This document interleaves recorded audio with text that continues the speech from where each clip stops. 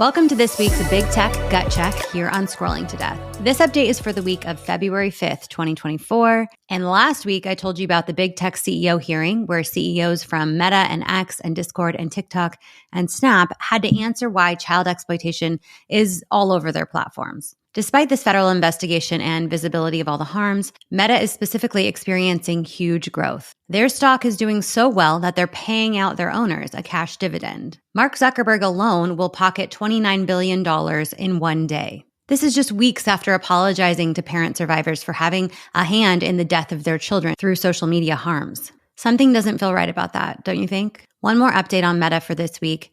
They announced that they're adding labels to AI-generated content on Facebook and Instagram and Threads. I don't even know what Threads is.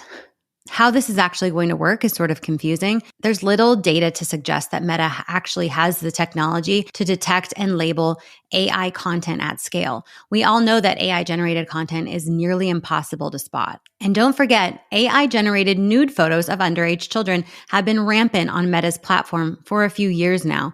Is this effort too little, too late? Now over to Snapchat. Snap's stock is not performing like Meta's. There was a 35% drop this week due to a weak earnings report. And Snapchat just laid off 10% of its workforce globally. This could all be due to the negative PR around Snap and the federal investigation, plus lawsuits from parents and school districts across the U.S.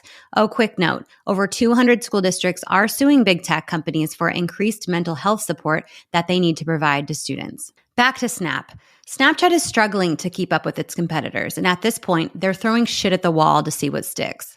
I told you last week that Snapchat is doing a new thing where they're saying, we're not social media after all. You may have seen their ad during the Grammys that read, less social media, more Snapchat.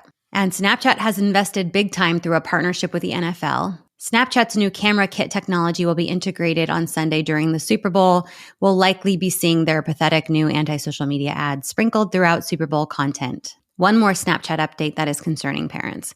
Last year, Snapchat added a My AI chatbot to every user's friend list, even young teenagers. This update has been a huge fail, and Snapchat is admitting to it. They're saying that their AI responses have been biased, incorrect, misleading, and harmful. Did they not know this before they rolled it out to millions of teenagers and let them use this feature for the last 10 months? In response, Snapchat has not pulled the chatbot feature. They simply added an age filter that you can toggle on within the Family Center.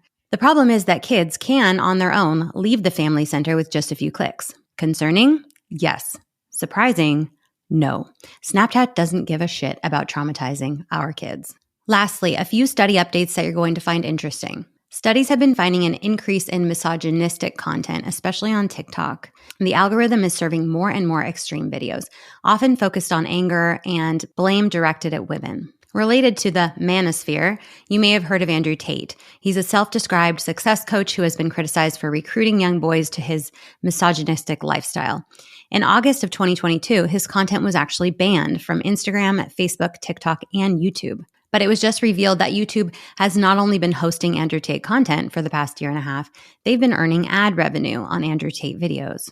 This is just another example that big tech companies have truly no idea what's going on their platforms. A new study by Pew Research Center shows that at least half of U.S. adults get at least some of their news from social media. Younger Americans more than older Americans. Older Americans are still mainly using traditional news sites, but there's an increasing concern about the inaccuracy of the news on social media. Fake news spreads up to 10 times faster than true reporting on social media.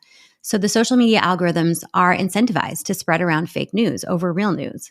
This is something to think about if you're getting all your news from social media. Most of it is likely untrue. And I'll leave you with new data showing which social media sites are most popular among U.S. adults in the U.S. The winner by far, with 83% of U.S. adults using it, is YouTube. Second place at 68% is Facebook.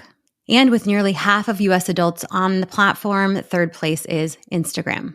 A personal note on this to close us out: the more we as adults emphasize our use of these social media platforms, the more our kids and teens will want to use them.